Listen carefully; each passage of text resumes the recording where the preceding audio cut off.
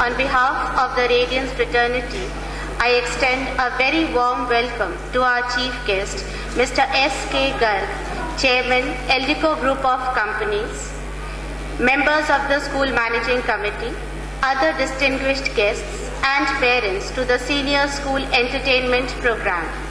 The head girl will present a bouquet to our Honorable Chief Guest.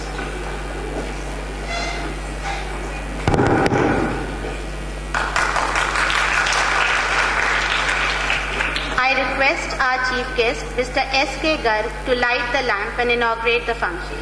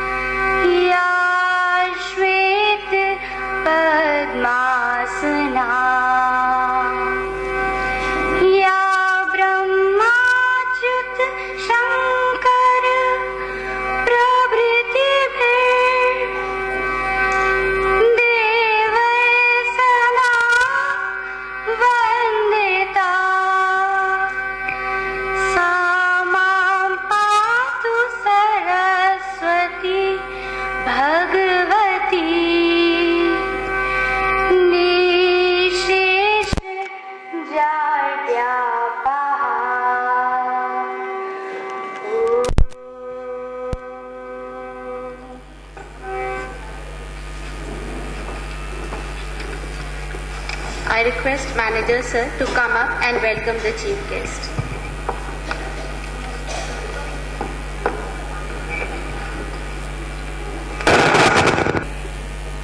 Honorable Chief Guest, Shri S.K. Garg, Chairman Eldico Group of Companies,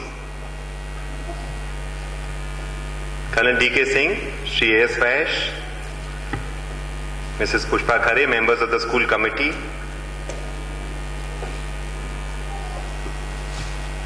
respected principal, teachers, all the parents who are present here today to see the annual school concert. Ladies and gentlemen, I welcome you all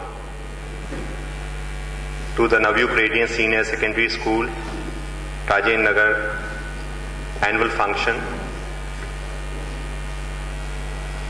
I am thankful to Shri Garg, who has taken out time from his busy schedule to be with us here today as chief guest in today's function. Although Shri Garg needs no introduction, he is doing a lot of construction development activities in Uttar Pradesh, not particularly in Lucknow. But one face which probably people do not know, I would like to highlight,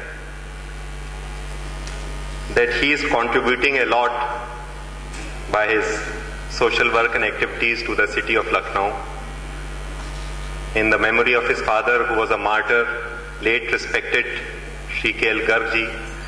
He has formed K.L. Garg Memorial Trust, where he is encouraging good activities,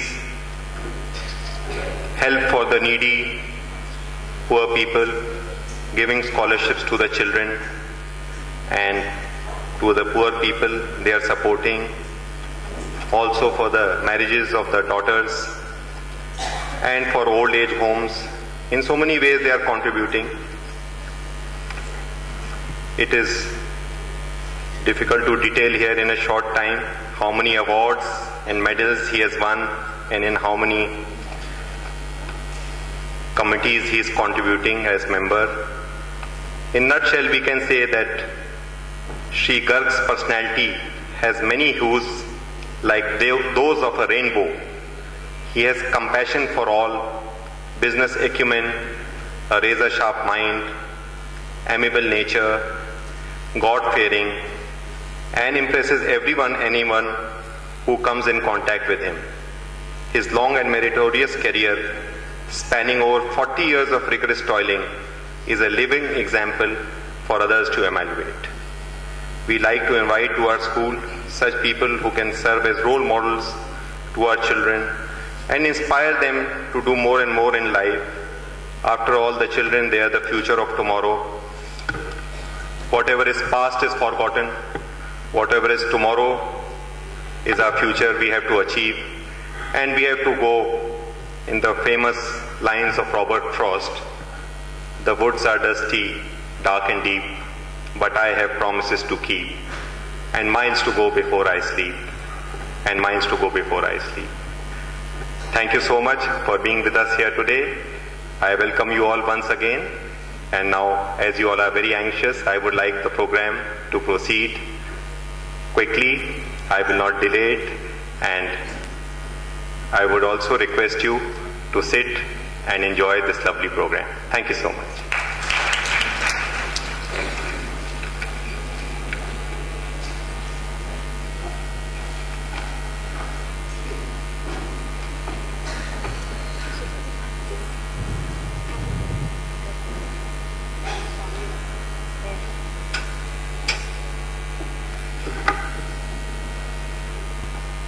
A warm welcome to all present here.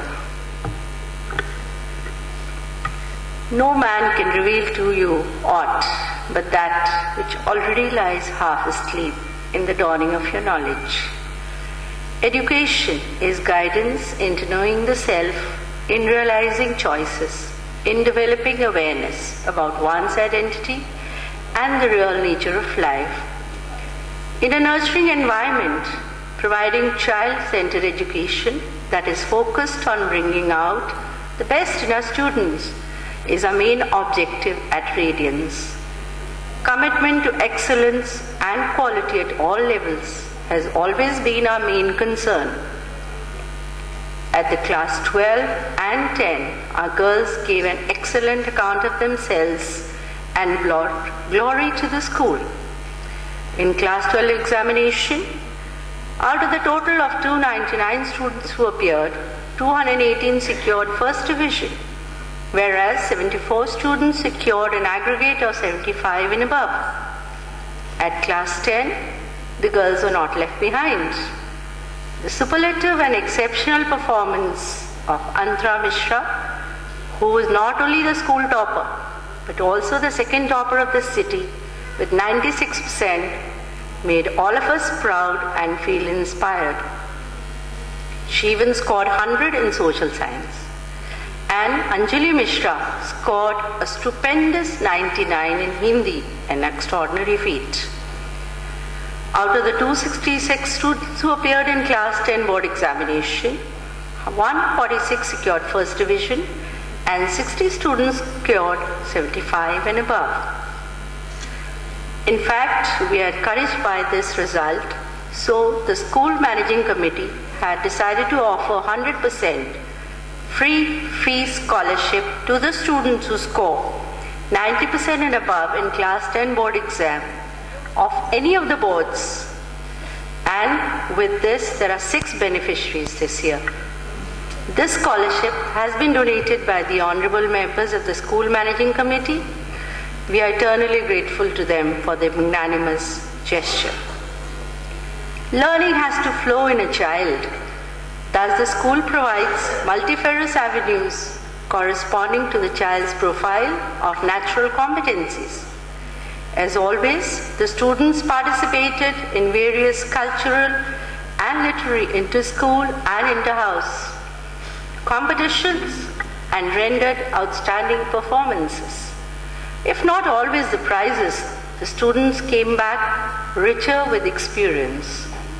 The School Nature Club, Petals, celebrated One Mahotsav to mark the vitality of our ecosystem and even organized the Inter-School Environment Meet for the 4th successive year. To motivate the young gizmo freaks, the Computer Club organized an Inter-School Techno Smart Meet, E-Fiesta, which has already garnered a lot of appreciation from the participants and the judges across the city. A new addition to this line of competition this year was Coherence, an inter-school literary fest organized by the School Literary Club, Pearls. Innovative competitions like the Spelling Bee, What's the Good Word, tested the literary sensibilities of the participants from several reputed schools of the city. Not to be outdone, the sports activity and competition provide opportunity to our sports lovers and help them to display their versatility. The young sportswomen showed off real grit and determination to come out victorious. Our spirited cricket team clinched the Kumkum Shah Memorial Cricket Tournament trophy for the 2nd successive year. The team displayed a consistent temperament and magnificent performance by winning Sub-Junior Cricket Tournament at Meerut and first runners-up in the District Cricket Tournament at Mathura and Super Cricket Association held in Haryana. Our girls have regularly and actively participated in the sports meets organized by the CBSE. In the CBSE Cluster 4 2007, organized at DAV Public School, Gaya, Bihar, in which there were more than 1,000 students from 67 schools of UP Bihar, Ampika Gupta of Class 8 won the bronze medal in 100 meter and was 4th in the long jump. Nidhi Bhatt of Class 11 secured 4th place in 3,000 meter race. Yoga, gymnastics, taekwondo. These are some of the events that we have regularly and are part of a school sports curriculum. Through these, the children learn to control and channelize their energy and the art of self-defense by impeccable coordination of limb movement. In order to inculcate social values and create a feeling of kinship for the less fortunate, the children are taken on visits to orphanages and old people's home. On 2nd October, the birth anniversary of the father of the nation, the members of the School Service Club Asha Kiran went to the orphanage named UP Council for Child Welfare at Motinagar and Cheshire Home at South City and another old people's home in Rajajipuram to distribute stationery, food items and other necessary items and interact with the people and give them that few hours of joy. The art and craft exhibition is a culmination of showcasing the work done by the students throughout the year. The creative and innovative skills of students were exhibited in the attractive handmade artifacts which are beautifully displayed. Models of scientific theories, e-commerce, social science impressed all. The beautifully embroidered saris, flamboyant modern dresses, silhouettes, pencil sketches by the fashion-study students won accolade all round. Then came the picnic to Fun City and Amrapali Water Park and the much-awaited Bal Mela, which served as a recession from the monotony of the routine life.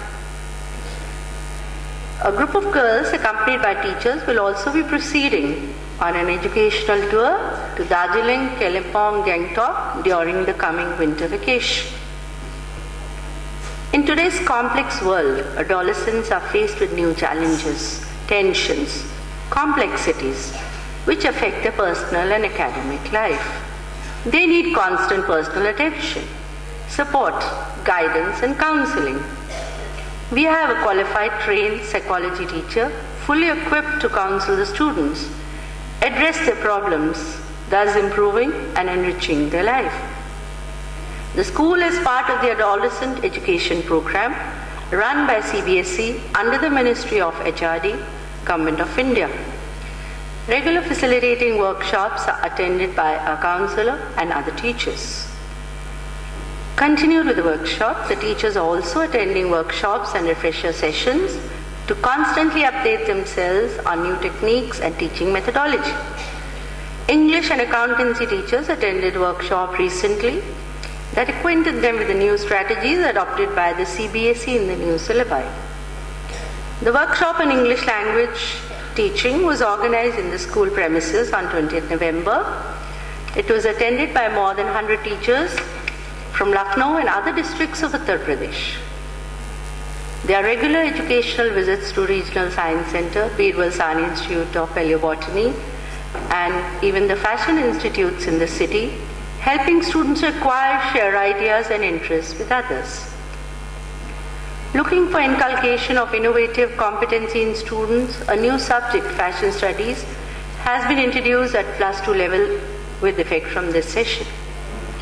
A new well-equipped fashion studies lab is part of the constructed third wing, which houses a mini hall, a music room, sports room, and classrooms for various optional subjects. The existing structure of a library has been renovated and modified to provide more natural light and space, thus creating an ambience for fruitful reading. The Multimedia Center was also renovated and 20 new updated systems were added to it. This has helped us in fulfilling the requirement of our students and also for smooth conduct of BITSAT, an online entrance exam for professional courses for admission at various campuses of BITS Pilani. The school had the honor and distinction of being the only center in Uttar Pradesh, Bihar and Uttaranchal for this examination for the second successive year.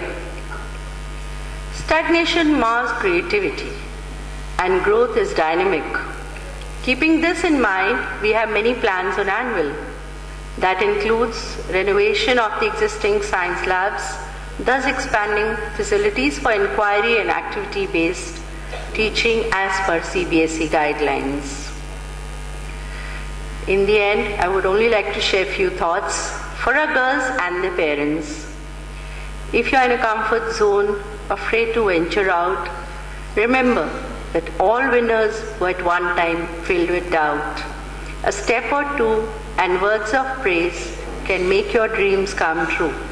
Reach for your future with a smile, and success is there for you. All the very best to all of you, and sit back and enjoy the program.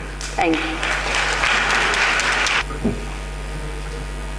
Where women are honored, there resides the gods, said Manu, the great lawgiver. The worth of a civilization can be judged by the honored place it ascribes to women. The pages of Indian culture are illumined by the lives of women, radiating their brilliance from various spheres of action. The essential divinity of women and the fundamental unity beneath the diversities of their lives are two such basic truths on which Indian civilization has been resting through ages.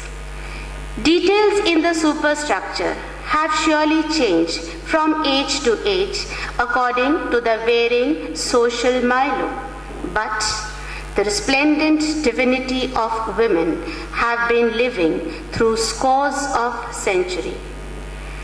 Today we unfold before you the saga of the resplendent and the divine.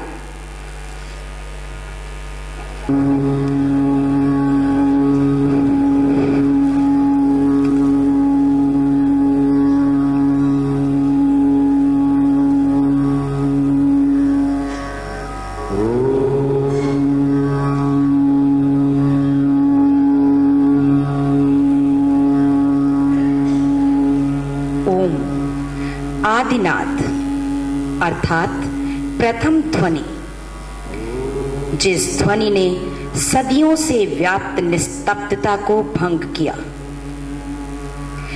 इस ध्वनि ओम के घर्षण से उत्पन्न हुआ एक ज्योतिपुंज, जो परिवर्तित हुआ जीवन के 5 मूलभूत तत्वों अग्नि, जल, वायु, आकाश और धरती में।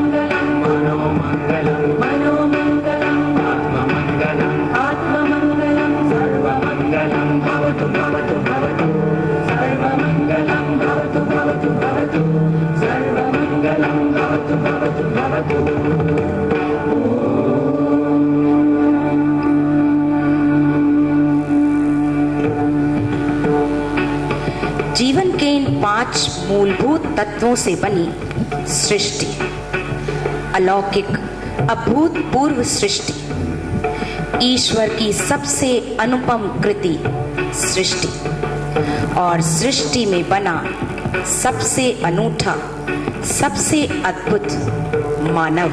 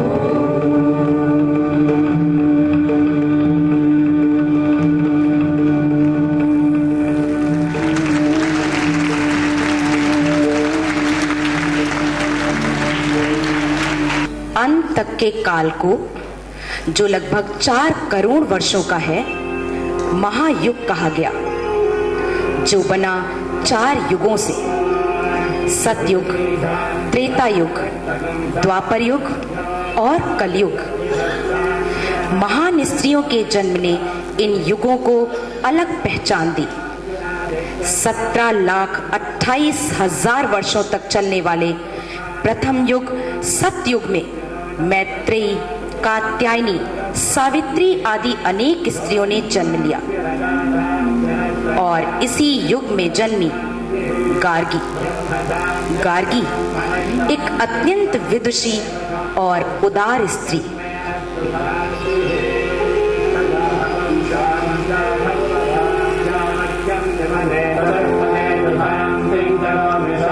मिथिला के राजा ने यज्ञ के उपरांत उपस्थित ऋषियों और मुनियों से निवेदन किया कि जो कोई भी सर्वश्रेष्ठ ब्राह्मण हो वो कृपया उनका दान स्वीकार करे।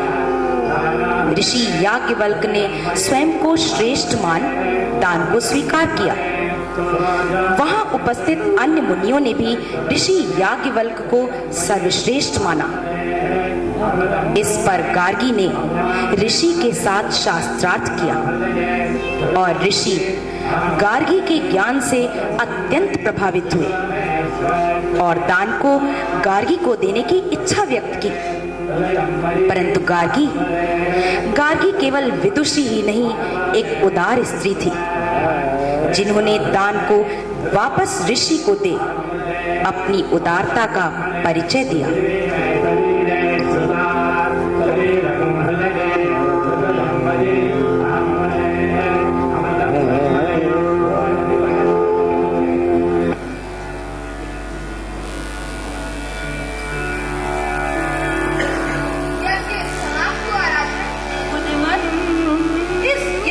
समापन पर यहाँ पर उपस्थित देश विदेश से आए विद्वानों और प्रकांड पंडितों से मैं एक विनती करना चाहता हूँ। मैंने अपनी गौशाला की 1000 गायों की सींगों पर 10-10 तोले सोना मढ़वा दिया है। आप में से जो कोई स्वयं को सर्वश्रेष्ठ, विद्वान और सबसे बड़ा ज्ञानी मानता हो वो कृपया इन गायों को दान के रूप में स्वीकार करे। स्वीकार करे मुनिवर। आगे आए ऋषिवर। सुकेश, समस्त गायों को मेरे आश्रम पहुंचाओ। क्षमा करें मुनिवर, गायों को स्वीकार करने का अर्थ है कि आप अपने आप को सबसे बड़ा ज्ञानी मान रहे हैं। हाँ, और ये सब ऋषियों और मुनियों का भान है। कृपया हमारे कुछ प्रश्नों का उत्तर दे ऋषिवर। पूछो पुत्र। सुख क्या है प्रभु? सुख तो आत्मा की संतुष्टि है पुत्र। और सृष्टि में सबसे महान कौन है ऋषिवर? सबसे महान तो माँ है पुत्र। आप धन्य हैं ऋषिवर, आप धन्य हैं। कृपया इन गायों को अपने साथ ले जाएं। क्षमा करें ऋषिवर, कृपया मेरे प्रश्नों के उत्तर दे, मुझे भी संतुष्ट करें। आप कौन? मैं ऋषि वचकनु की पुत्री गार्गी। गार्गी? पूछो गार्गी, पूछो। वायु कहाँ है गुरुदेव? वायु तो अंतरिक्ष लोक में है पुत्री। और अंतरिक्ष लोक मुनिवर? गंधर्व लोक में। गंधर्व लोक कहाँ है प्रभु?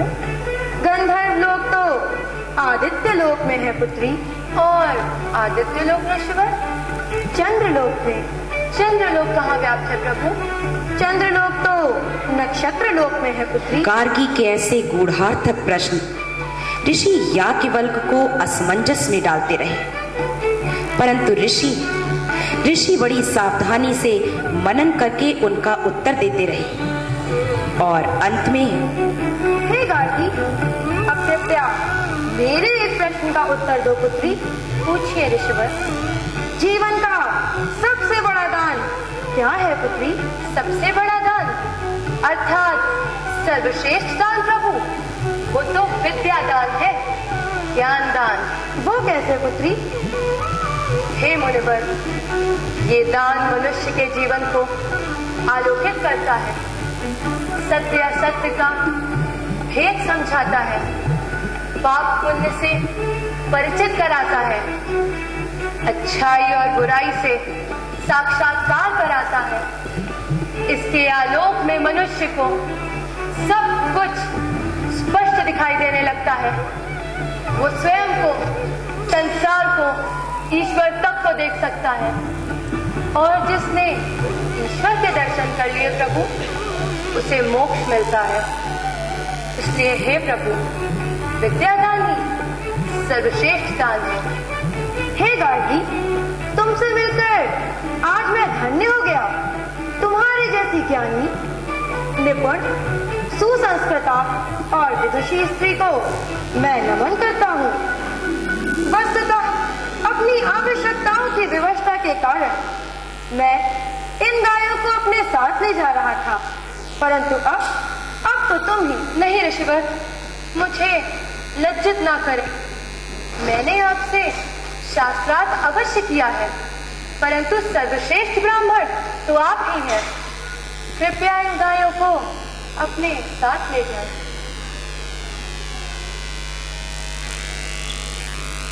सतयुग की इस विदुषी और उदार स्त्री को मैं प्रणाम करती हूँ।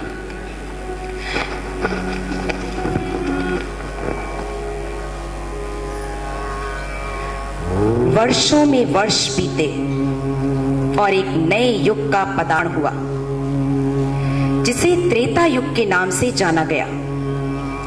12,96,000 वर्षों की अवधि वाले इस युग को श्री राम का युग भी कहा जाता है। इस युग के गर्भ से भी अनेक श्रेष्ठ नारियों ने जन्म लिया। सीता, कैकेयी, अहिल्या, तारा और शबरी एक भील कन्या, जिसके हृदय में प्रेम का अथाह सागर हिलोरे मारता था, जिसने अपने विवाह के अवसर पर होने वाली बलि का विरोध किया। सांसारिक सुखों से भरपूर जीवन जो उसका स्वागत कर रहा था, उसे ठुकराकर भील कन्या शबरी घर से भाग निकली।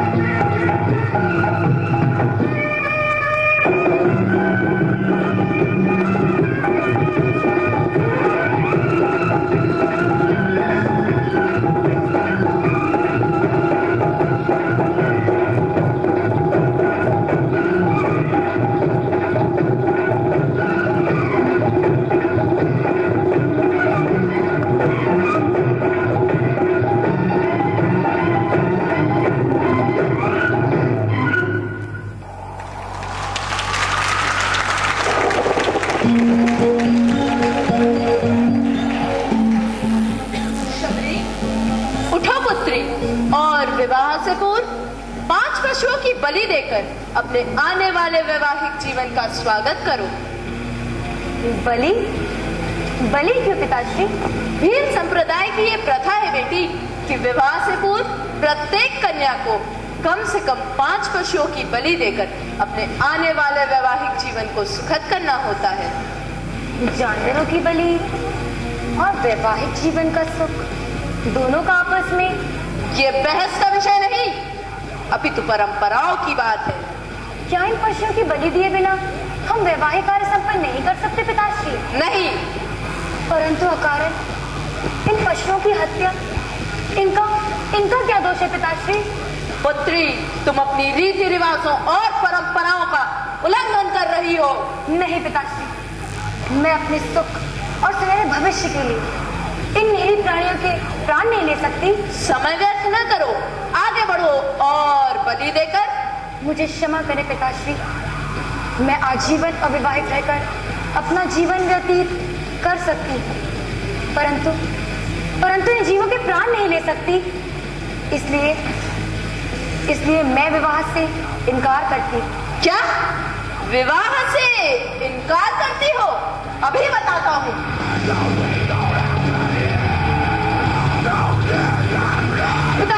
पिताश्री मेरी विनती सुनिए। पिताश्री मेरी विनती सुनिए। ये बलि नहीं, हत्या है, हत्या। पिताश्री मेरी विनती सुनिए। ये बलि नहीं, हत्या है, हत्या। अरे पकड़ो।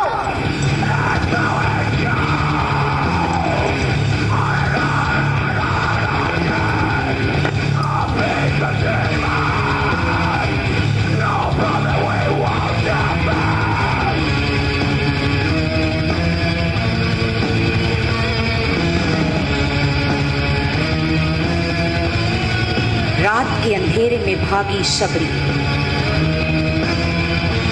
लोगों से बचती बचाती शबरी, घने जंगलों से गुजरती शबरी जा पहुंची मतंग ऋषि के आश्रम में।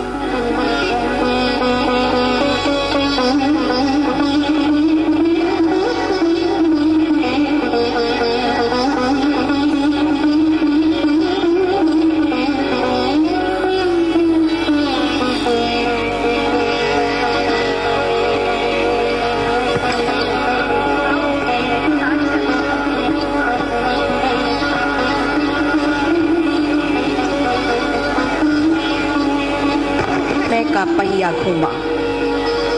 कई वर्ष बीत गए। शबरी आश्रम में रहते रहते वृद्ध हो गई। वृद्ध शबरी ने स्वयं को ईश्वर में, राम प्रेम में समर्पित कर दिया। जीवन की इस अंतिम अवस्था में वो व्याकुल थी राम दर्शन की। और फिर एक दिन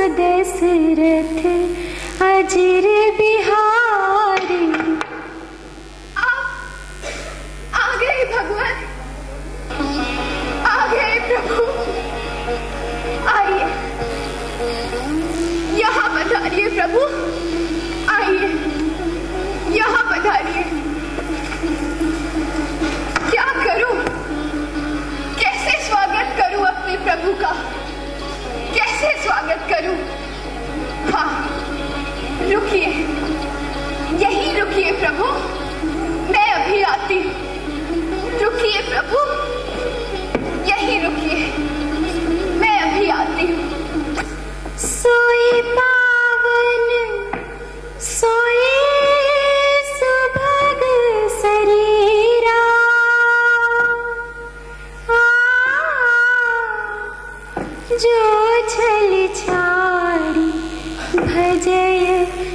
रघुबीरा राम।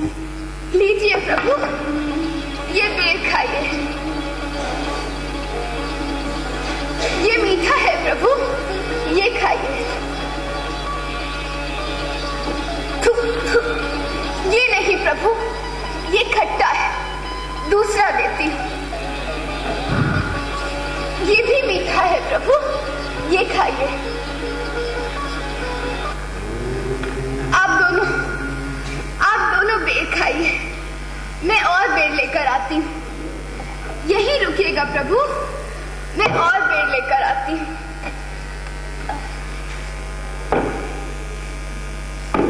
भैया, ये आप क्या कर रहे हैं? झूठे बेर खाते जा रहे हैं, इन्हें आप स्पर्श भी ना करें। लक्ष्मण, ये झूठे बेर नहीं, ये तो प्रेम और भक्ति के रस में डूबे हुए फल हैं।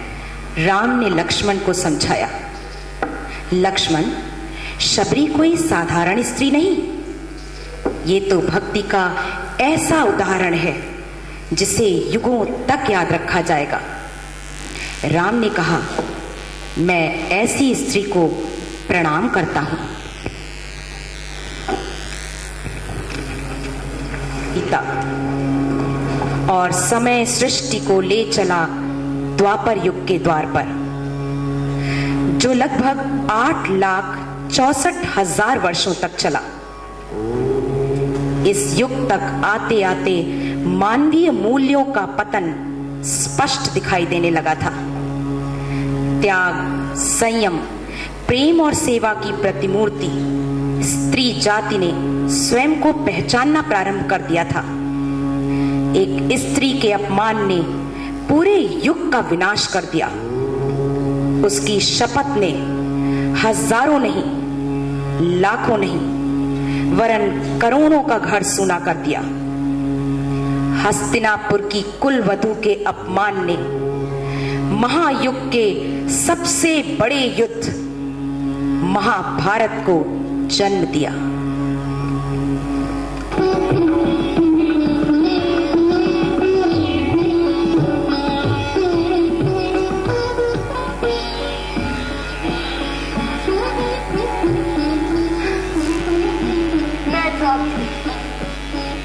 समस्त सूर्यवंशी महात्माओं को प्रणाम करती हूँ। जिस समय मैं यहाँ लाई गई थी, उस समय घबराहट के कारण मैं आप सबको प्रणाम न कर सकी। इसे मेरा अपराध न माना जाए। हे ताजश्री, स्वयंवर के उपरांत आज पहली बार मैं आप सबके समक्ष आई हूँ। अन्य किसी अवसर पर मुझे यहाँ किसी ने नहीं देखा। वही द्रौपदी, हस्तिनापुर की कुलवधु, इस अवस्था में न केवल बलपूर्वक लाई गई, अपितु उसका भरी सभा में यूं अपमान किया गया। क्यों ताजश्री, क्यों? पूछे अपने पांडु कुमारों से। जिस द्रौपदी का राजभवन में रहते हुए वायु द्वारा स्पर्श भी इसे सहन नहीं होता था, उसी मुझ द्रौपदी को ये दुरात्मा दुशासन भरी सभा में यूं स्पर्श करता रहा। और ये दर्शक बने देखते रहे। हे गुरु द्रोण, आदिव्रत एवं धर्म के पुरुष, ऐसे सिल्लटकार शून्य शरीर से क्यों बैठे हैं? जैसे निष्प्राण हो गए हो? क्यों नहीं पूछते अपने शिष्यों से, जो स्वयं जेल में हार गए थे, उन्हें अपनी पत्नी को हारने का अधिकार किसने दिया? महात्मा विदुर, सर्वश्रेष्ठ नेतृत्व, एक स्त्री का यूं अपमान करना न केवल उसके शरीर अपितु उसकी आत्मा तक को लहूलुहान कर देना किस नीति के तहत है? इस पूरे चौपड़ के खेल में मोहरा बनी द्रौपदी। द्रौपदी कोई वस्तु नहीं, ना किसी की धरोहर है। द्रौपदी अपने अपमान को इतनी सहजता से नहीं भूलेगी और ना किसी को भूलने देगी। पांचाली, नहीं गदाधारी भीम, नहीं। आज पांचाली किसी की सुनना नहीं, अपितु सबको अपनी प्रतिज्ञा सुनाना चाहती है।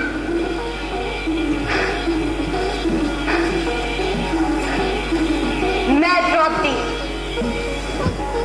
बड़ी सभा में ये प्रतिज्ञा करती हूं कि आज से मेरे ये अपमानित केश खुले रहेंगे और तब तक खुले रहेंगे जब तक ये दुशासन की छाती के लहू से धुल नहीं जाते। सुना सबने? ये अपमानित केश दुशासन की छाती का लहू चाहते हैं। लहू।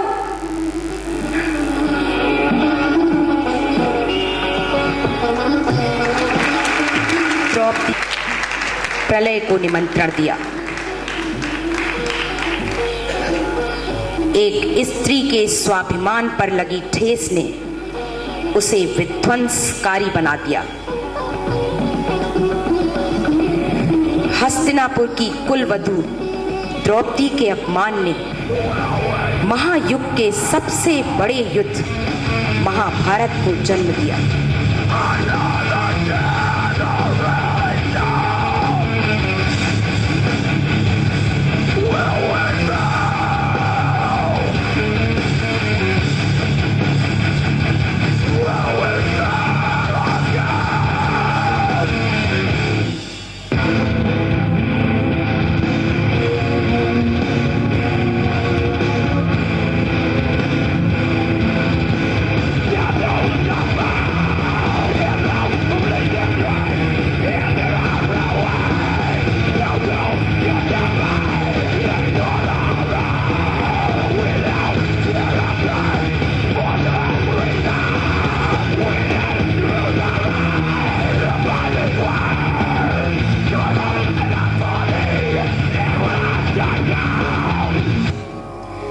स्त्री के इस घोर अपमान ने वस्तुतः एक संपूर्ण युग का ही सर्वनाश कर दिया। और फिर प्रारंभ हुआ कलयुग। कलयुग वो युग जिसमें अराजकता, ईर्ष्या, द्वेष आदि ने अपने पांव पसारने प्रारंभ कर दिए। सामाजिक, पारिवारिक, मानवीय और नैतिक मूल्यों का बड़ी तेजी से पतन हुआ। सृष्टि की सर्वश्रेष्ठ कृति मनुष्य ने इस चारित्रिक हनन ने उसे पशुओं से भी बदतर बना दिया। चारों तरफ अंधकार ही अंधकार, अराजकता ही अराजकता। इस घोर अंधकार में यदि आशा की कोई किरण थी तो वो थी स्त्री, जिसमें आज भी जीवन के मूलभूत गुण विद्यमान हैं और संभवतः ये सृष्टि जिस पर टिकी है। और इसका ज्वलंत उदाहरण है पन्नाधाय, मेवाड़ के एकमात्र वारिस कुंवर उदय सिंह की धाय पन्नाधाय। पूरा मेवाड़ रास रंग और उत्सव में मगन था। लोग उत्साह और उमंग में नृत्य कर रहे थे, क्योंकि आज तो दीपदान का उत्सव था। दीपदान का उत्सव।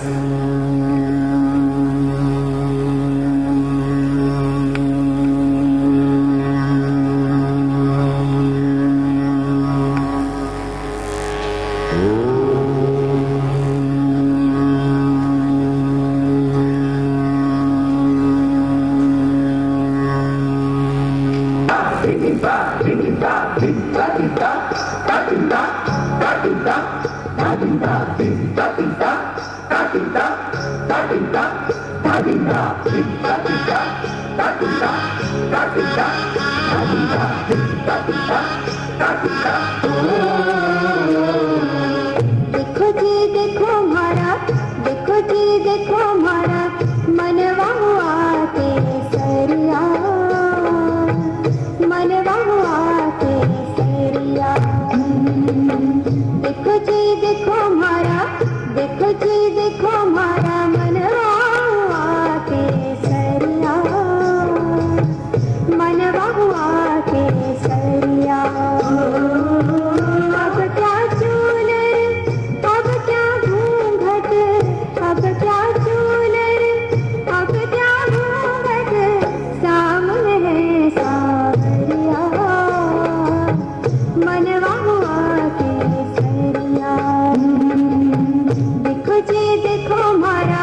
देखो जी देखो मारा मनवा केसरिया,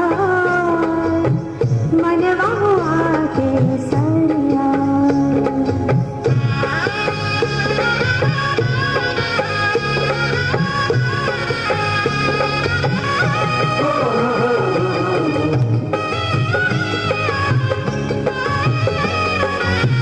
निजा निजा पानी धा मगरी गरी मगरी सा।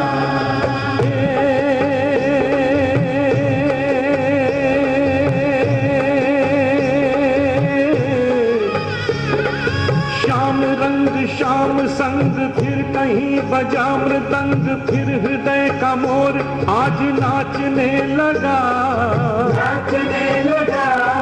नैन से छुआ मुझे न जाने क्या हुआ मुझे कि प्रेम देव प्रेम ग्रंथ वाचने लगा, ग्रंथ वाचने लगा, हो ग्रंथ वाचने लगा। धूप जले तन प्यास सहे मन, और लगे हैं प्रेम लगनिया। लाज शर्म से धर्म कर्म से छूट गई है इससे जो गलिया। कोई कब रात कहा रही वैसी बात कहा, कोई कब रात कहा रही वैसी बात कहा। बदल गई दिनचर्या, मनवा हुआ केसरिया। देखो जी देखो मारा, देखो जी देखो मारा मनवा हुआ केसरिया, मनवा हुआ केसरिया।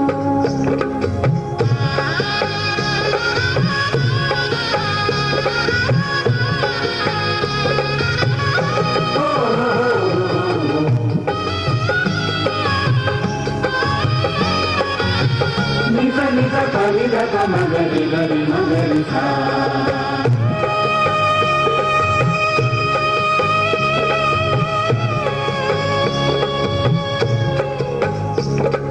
प्रीत की पुकार सुन के प्रीत की तरंग चुन के दूर से निहारने लगा है आज शाम।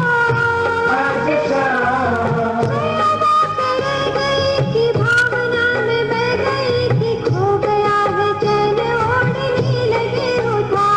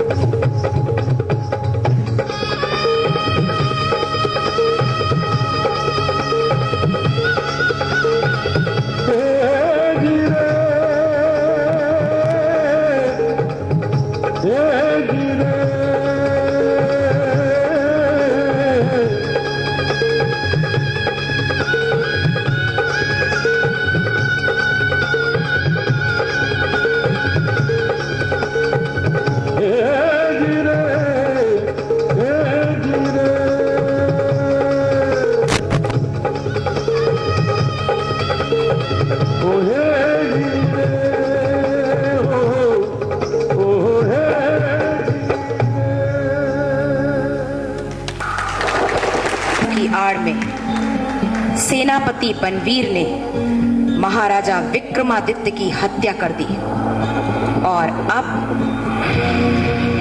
वो कुंवर उदय सिंह के प्राणों का प्यासा था।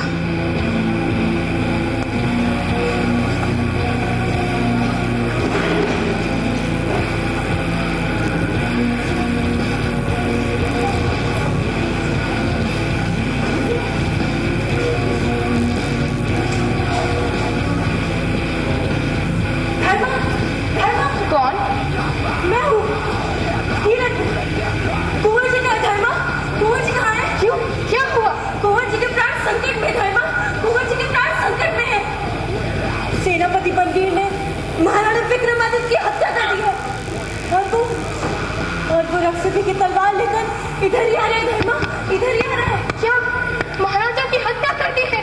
क्या कहते हो कीरत? ये ठीक कह रहा है धर्मा। उसने सिपाहियों को भी अपनी तरफ मिला लिया है और कहते हैं कुंवर उदय सिंह को भी जीवित नहीं रहने देगा। कुछ करो धर्मा, कुछ करो, कुंवर जी के प्राण संकट में है। पन्ना के रहते मेवाड़ के एकमात्र वारिस पर आज नहीं आएगी।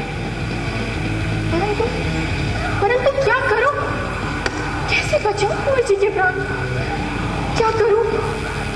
कैसे बचाऊं कुंवर जी के प्राण? हाँ, एक तरकीब है। कीरत, तुम बारी हो, झूठे पत्थर उठाते हो, तुम्हें महल के बाहर जाने से कोई नहीं रोकेगा, है ना? ठीक कहती हो धर्मा, आते वक्त भी किसी ने नहीं रोका था। तो तुम कुंवर जी को टोकरी में लेटाकर उन पर झूठी पत्थर डालकर पीछे के द्वार से महल के बाहर निकल जाओ। वाह, क्या तरकीब सोचिए धर्मा, अभी निकलता है। पर कुंवर जी कहाँ है? यहाँ अपनी शैया पर सो रहे हैं।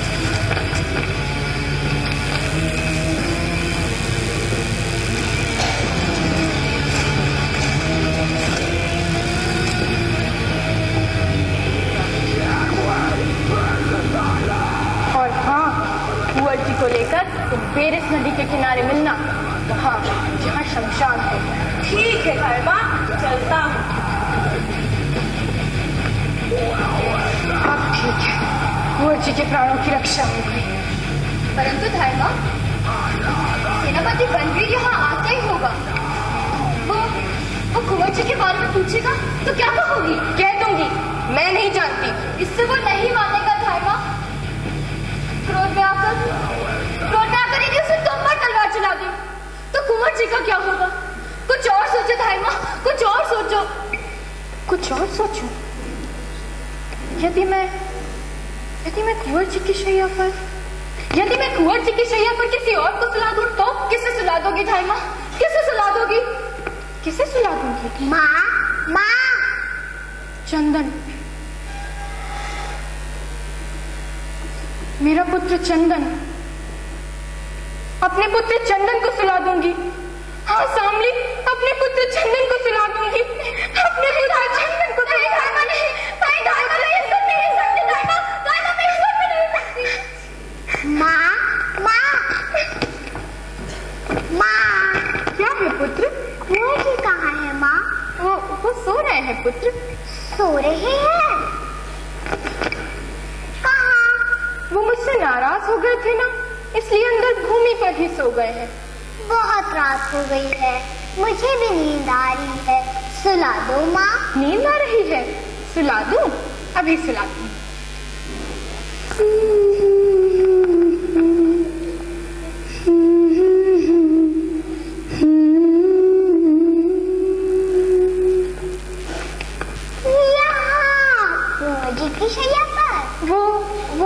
वो पुत्र, अभी तुम्हारी शैया ठीक नहीं कर पाई हूँ ना पुत्र, इसीलिए। वो माँ, तुम कितनी अच्छी। ये क्या माँ, तुम्हारे आँख में आंसू? आंसू नहीं पुत्र, आंसू नहीं, तुम सो जाओ। हारे मारू चंदना सोए जाओ,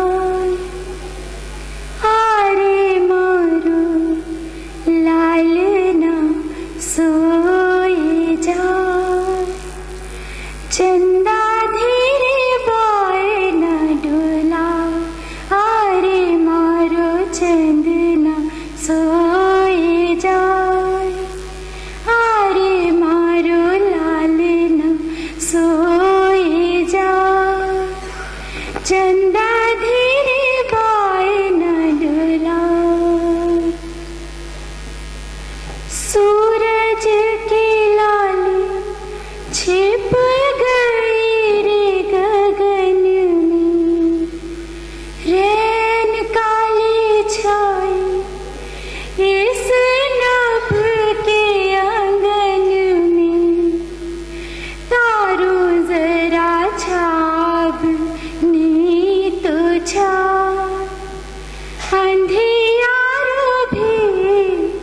जगमगा लालन हमारो सो जा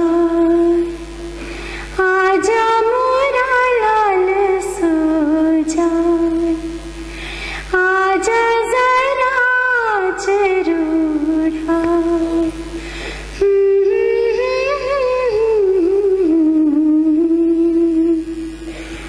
चंदन चंदन सो गए।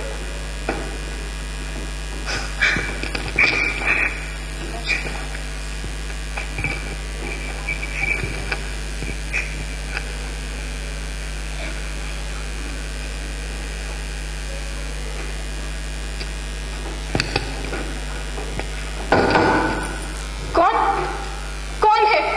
दरवाजे पर कौन है? ओह, बनवीर। महाराजा बनवीर बोलो पन्ना।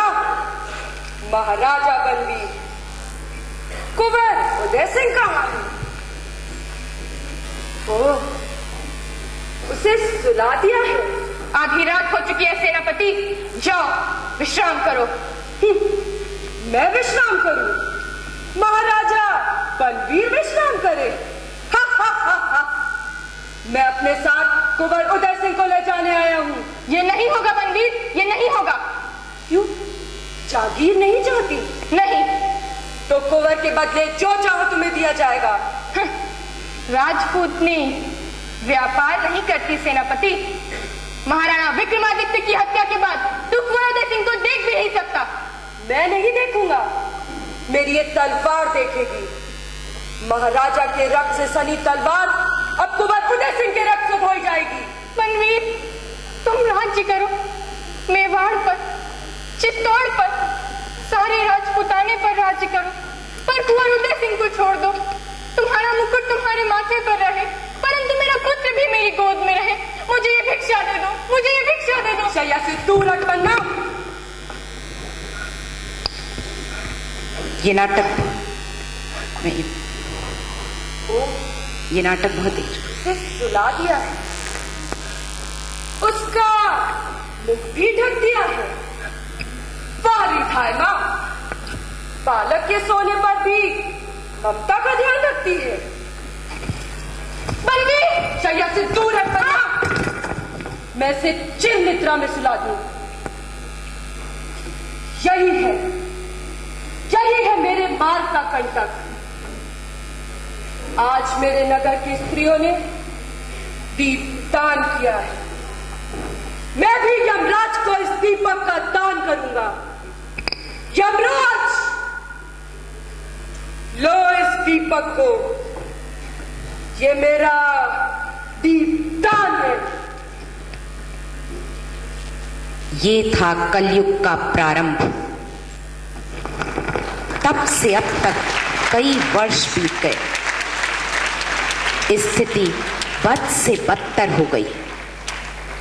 सामाजिक मूल्यों की गिरावट ने और तेजी पकड़ी।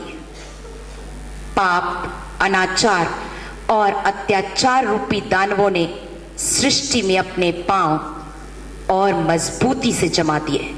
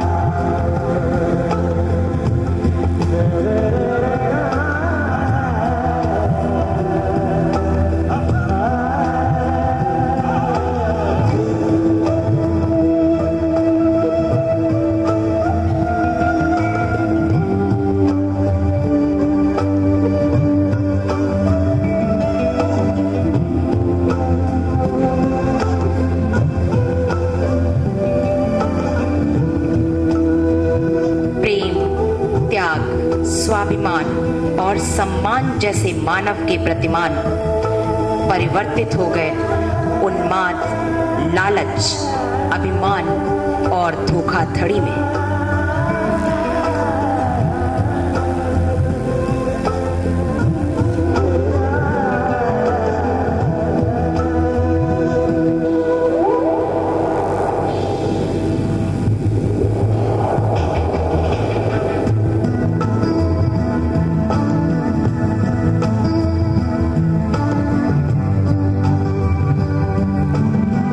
पिया बिन भाए न कोई,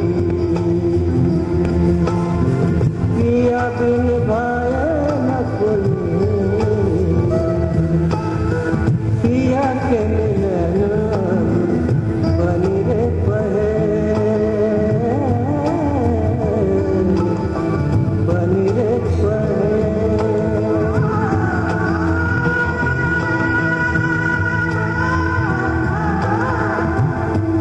पिया बावरी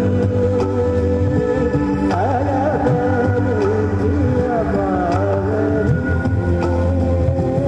अलगरी, पिया बावरी अलगरी, पिया बावरी।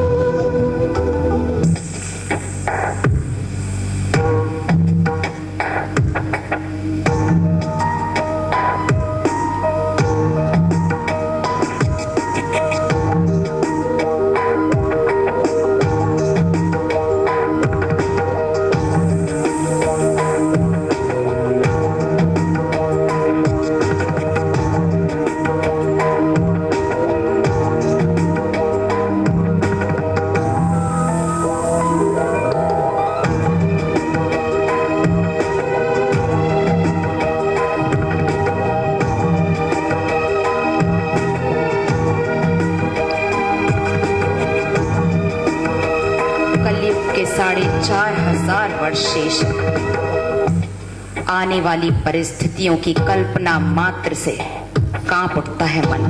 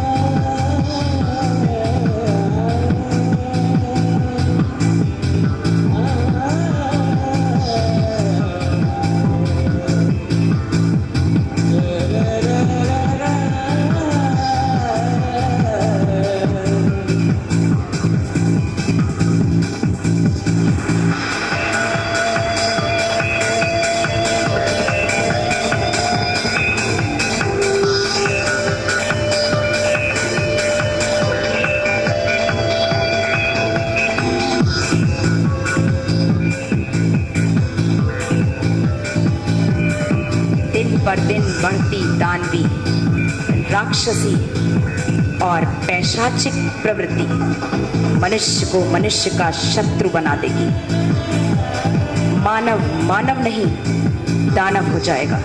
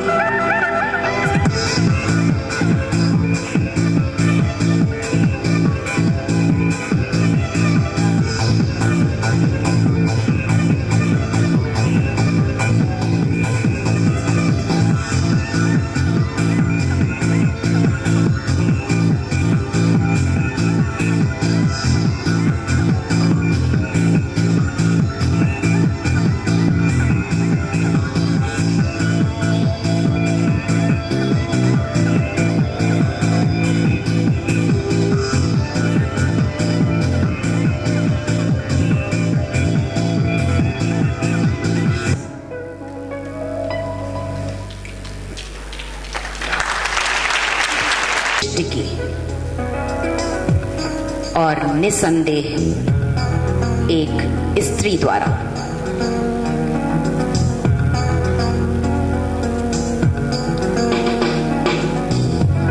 क्योंकि रचना की शक्ति केवल एक स्त्री में है, केवल एक स्त्री में, केवल एक स्त्री में है।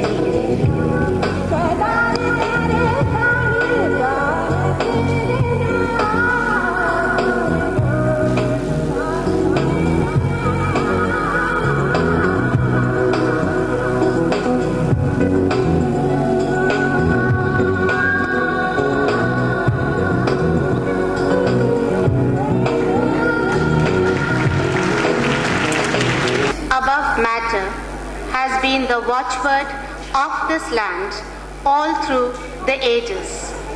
Purity, humility, devotion, self-control, moral courage, selfless love. In fact, all that go to adorn spiritual life have always been valued here more than material possessions and self-enjoyments. How to transcend human imperfections and bring out the divine lying within the individual has been the central theme in the progressive unfoldment of Indian life. We are now 5,000 years into Kali Yuga of the present Mahayuga, the period between one creation and one destruction is called Mahayuga or Great Age. It is said to last 4.32 million years and is divided into 4 yugs or ages. In each yug, there is a detective in virtue from the previous age. After the destruction, the universe is in a state of nothingness for a period of one Mahayuga. Then creation starts again, and thus the cycle continues. After this very mesmerizing performance, which I am sure has left you all awestruck, we bring before you the grand finale.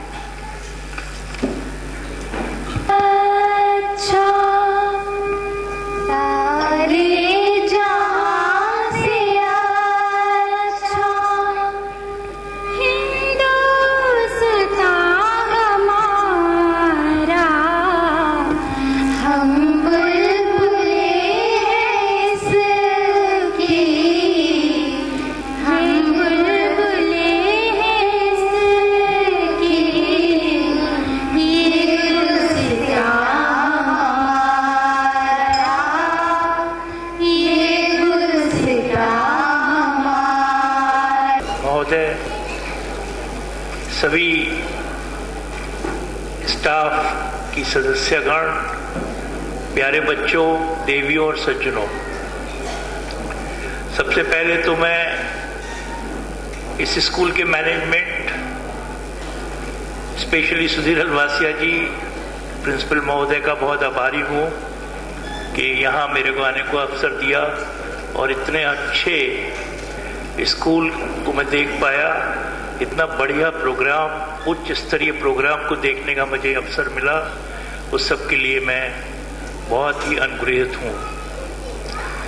मुझे यहाँ आके बहुत अच्छा लगा, school का स्तर बहुत अच्छा, इस प्रोग्राम का स्तर बहुत अच्छा है। मैं जितनी तारीफ करूँ उतनी कम है। मैं एक शहीद का पुत्र हूँ और हमारा पालन पोषण उत्तर प्रदेश सरकार ने किया था। अब आज जब हम सब सक्षम हैं तो ये मेरी माँ की आखिरी इच्छा थी कि हम जो हमें उत्तर प्रदेश सरकार से मिला है उसकी अदायगी समाज को वापस करें, और उसी लिए हम कुछ सामाजिक कार्य करते हैं।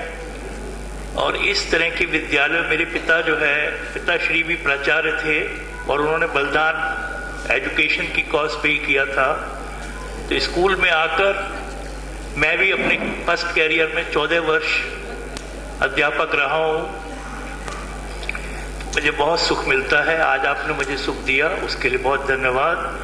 मेरा बहुत आशीर्वाद सभी बच्चों को, खासतौर से जिन्होंने ये प्रोग्राम किया है और जिन्होंने इस प्रोग्राम की रचना की है, जो इसकी डायरेक्टर हैं या जिन्होंने इसको कंसीव किया है, मैं उनको बहुत बहुत बधाई देता हूँ। बहुत ही अच्छे स्तर का प्रोग्राम देखने का अवसर आपने दिया, बहुत अच्छा प्रोग्राम आपने बनाया। मैं इस स्कूल से जुड़ने में अपना सौभाग्य समझूंगा और मैंने सुधीर भाई से कहा है कि हमें अवसर दो, हम भी इस स्कूल के बच्चों के लिए कुछ कर सकें, और जब कभी कुछ सहयोग हम करेंगे तो मुझे बड़ी खुशी होगी। बच्चों को बहुत बहुत आशीर्वाद, ये स्कूल बहुत आगे बढ़े। आप लोगों के बारे में जो प्रिंसिपल महोदय ने रिपोर्ट पढ़ी, उससे लगा कि बहुत अच्छा स्तर है। आप और आगे बढ़ें, यही मेरी शुभकामनाएं। धन्यवाद।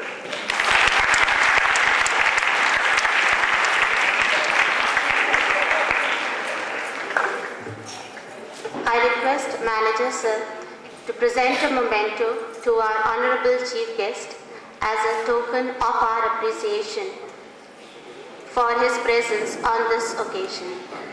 This memento has specially been made by our own students. Just one minute. Our Honorable Chief Guest has very kindly donated a sum of rupees 51,000 as a reward to the school team who have put up this program, and also from late respected KL Garg Charitable Trust, he has announced a scholarship for 12 students per year. The name of the students will be scholarship for 15 students based on merit as well as need. The names to be decided by subcommittee of managing committee. Thank you so much, sir. Ladies and gentlemen, please get up on your seats and give him a big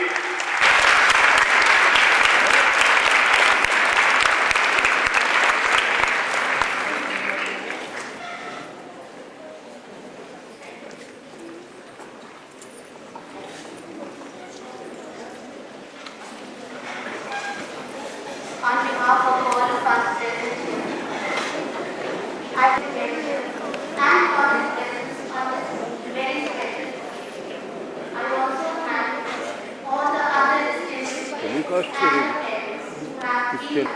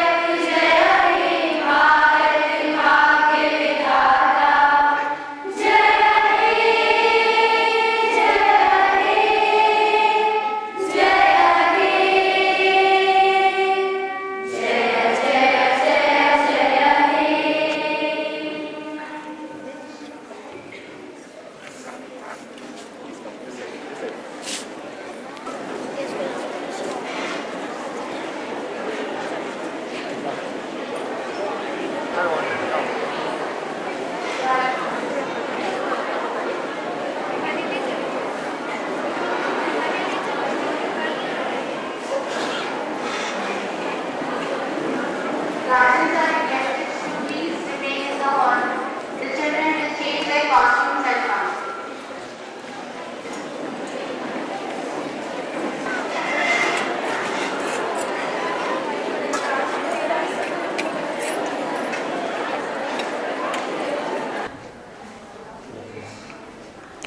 Navi gradient school तकरीबन 40 साल पहले शुरू किया गया था।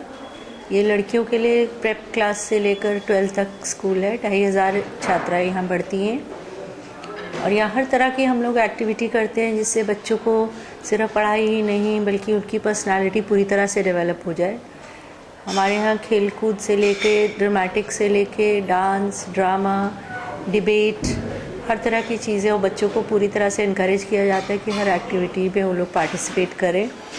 Sports में भी हमारे बच्चे बढ़ चढ़ कर भाग लेते हैं, चाहे वो डिस्ट्रिक्ट लेवल हो, चाहे वो पूरा CBSE के स्पोर्ट्स हो। हमारी लड़कियां यूपी में क्रिकेट टीम में भी हैं और इंटर स्कूल क्रिकेट भी जीत चुकी हैं। किसी तरह से लड़कियां लड़कों से कम नहीं हैं, ये हमारा मानना है। आज जो हमारा प्रोग्राम हुआ वो भी इसी से थीम बेस था कि लड़कियां बहुत ही इम्पॉर्टेंट रोल प्ले करती हैं इंसान की ज़िंदगी में और उनके लिए एक मजबूत होना बहुत ज़रूरी है ताकि आगे बढ़कर वो अपने पूरे परिवार, पूरे संसार को संभाल सकें। तो लड़कियों का स्कूल बावजूद होने के और इतने शहर के इतने क्राउडेड पार्ट में होने के बावजूद ये स्कूल हर तरह की फैसिलिटी देता है। हमारे 11th-12th में फैशन स्टडीज़ से लेके मल्टीमीडिया जैसे सब्जेक्ट हैं जो लखनऊ में शायद ही किसी और CBSE के स्कूल में हो और लड़कियों को हर तरह की ऐसी फैसिलिटी दी जाती है ताकि वो सिर्फ इंजीनियरिंग और मेडिकल ही नहीं बल्कि हर तरह के और सब्जेक्ट सेलेक्ट करके अपनी लिए एक करियर चुन सकें और वो सक्सेसफुल हो सकें।